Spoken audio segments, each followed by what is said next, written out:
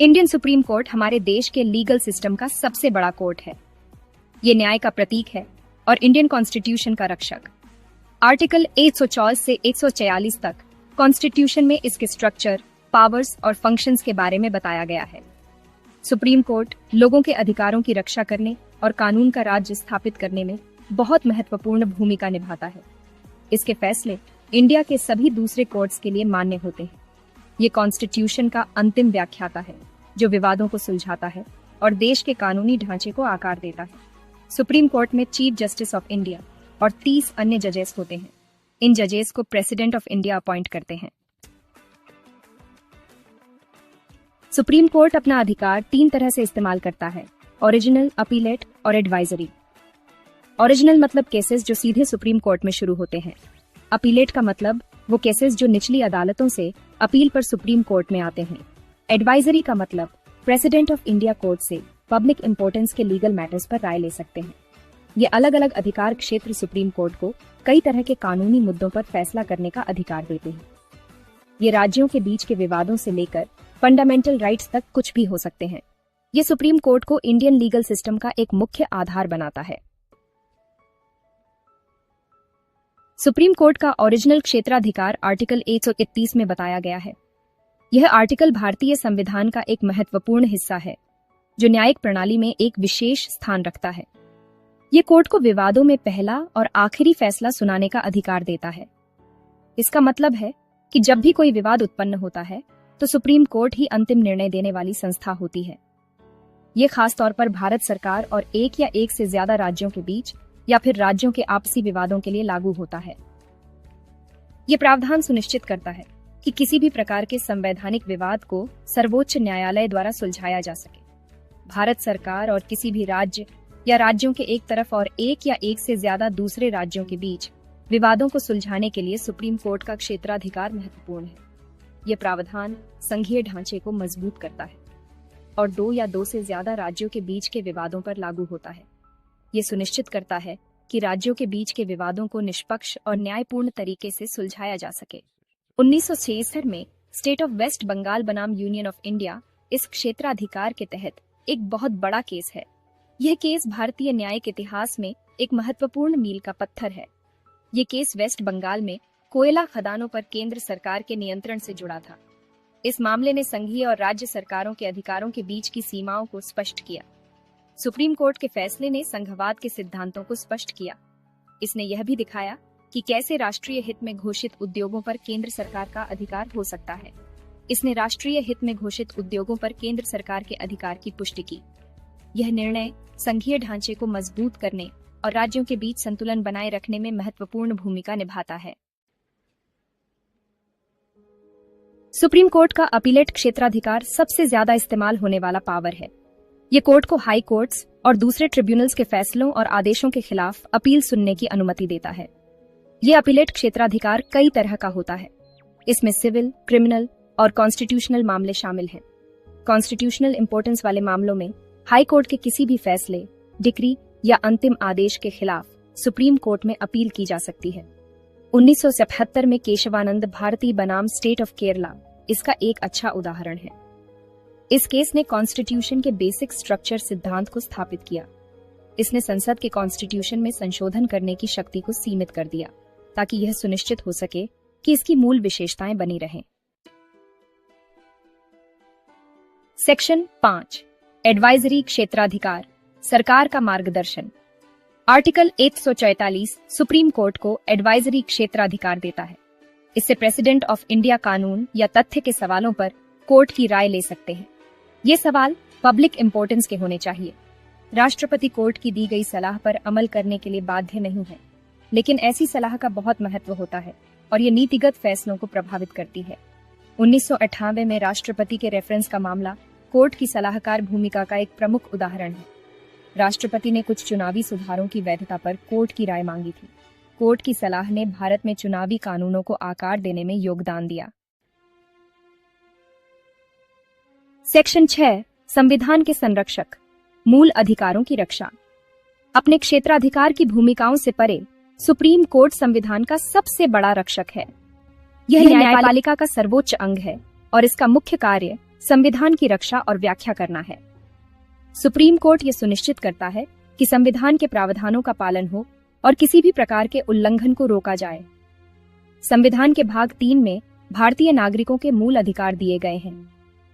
ये अधिकार नागरिकों को उनके जीवन, स्वतंत्रता, समानता और गरिमा की सुरक्षा प्रदान करते हैं। यह भाग संविधान का एक महत्वपूर्ण हिस्सा है और इसे भारतीय लोकतंत्र की आत्मा माना जाता है। ये अधिकार व्यक्तिगत स्वतंत्रता और आजादी की गारंटी देते हैं। इनमें अभिव्यक्ति की स्वतंत्रता, धर्म की स्वतंत्रता और शांतिपूर्ण सभा की स्वतंत्रता शामिल है। ये अधिकार नागरिकों को एक गरिमापूर्ण जीवन जीने का अवसर प्रदान करते हैं।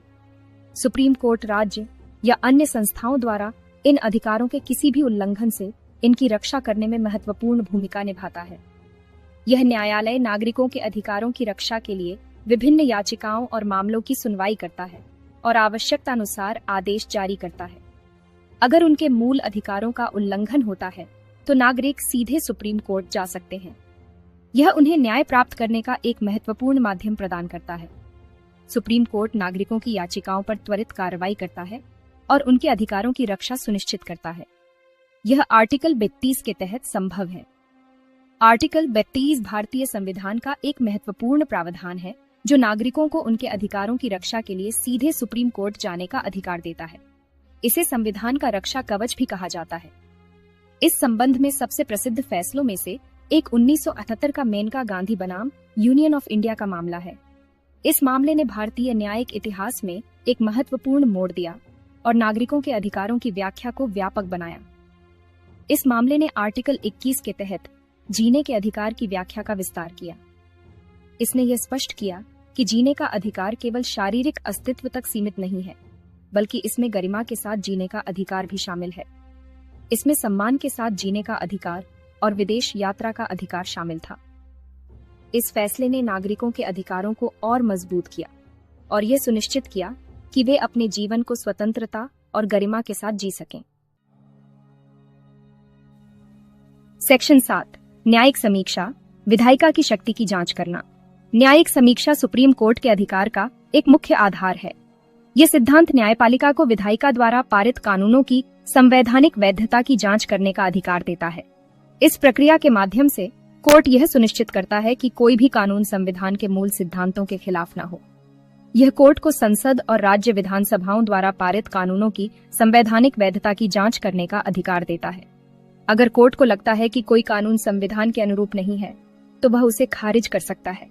इस प्रकार न्यायिक समीक्षा विधायिका की शक्ति पर एक महत्वपूर्ण नियंत्रण तंत्र के रूप में कार्य करती है।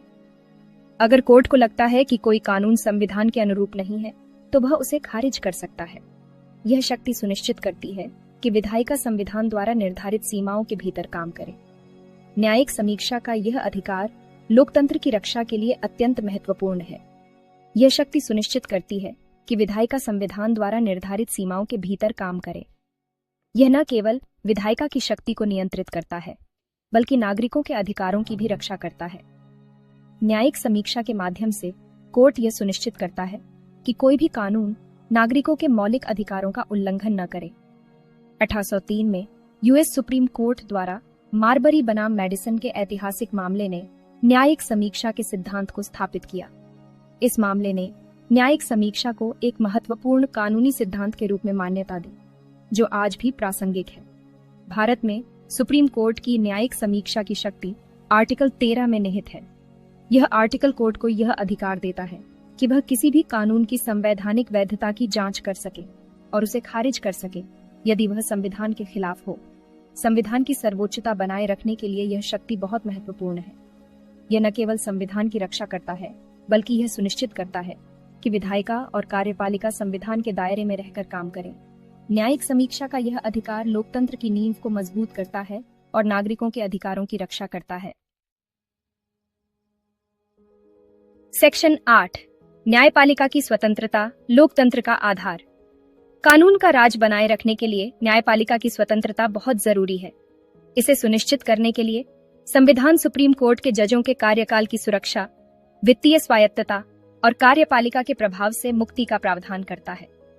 जजों की नियुक्ति राष्ट्रपति, प्रधानमंत्री और सुप्रीम कोर्ट के वरिष्ठ जजों की प्रक्रिया से होती है।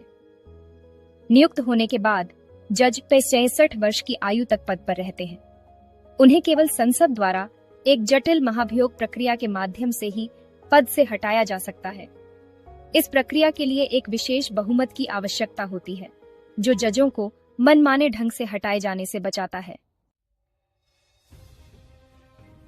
सेक्शन 9, न्याय की विरासत, सुप्रीम कोर्ट का स्थायी प्रभाव। सुप्रीम कोर्ट देश के कानूनी परिदृश्य को आकार देने और अपने नागरिकों के अधिकारों की रक्षा करने में एक महत्वपूर्ण भूमिका निभाता है। अपने ऐतिहासिक फैसलों से लेकर अपने रोजमर्रा के फैसलों तक, कोर्ट संविधान की व्याख्या को आकार देता है और लाखों लोगों के जीवन को प्रभावित करता है। जैसे जैसे भारत का विकास होता रहेगा, सुप्रीम कोर्ट निश्चित रूप से नई चुनौतियों और अवसरों का सामना करेगा। न्याय, निष्पक्षता और समानता के सिद्धांतों को कायम रखते हुए इन बदलते समय के साथ तालमेल बिठाने की क्षमता देश के भविष्य के लिए बहुत महत्वपूर्ण होगी।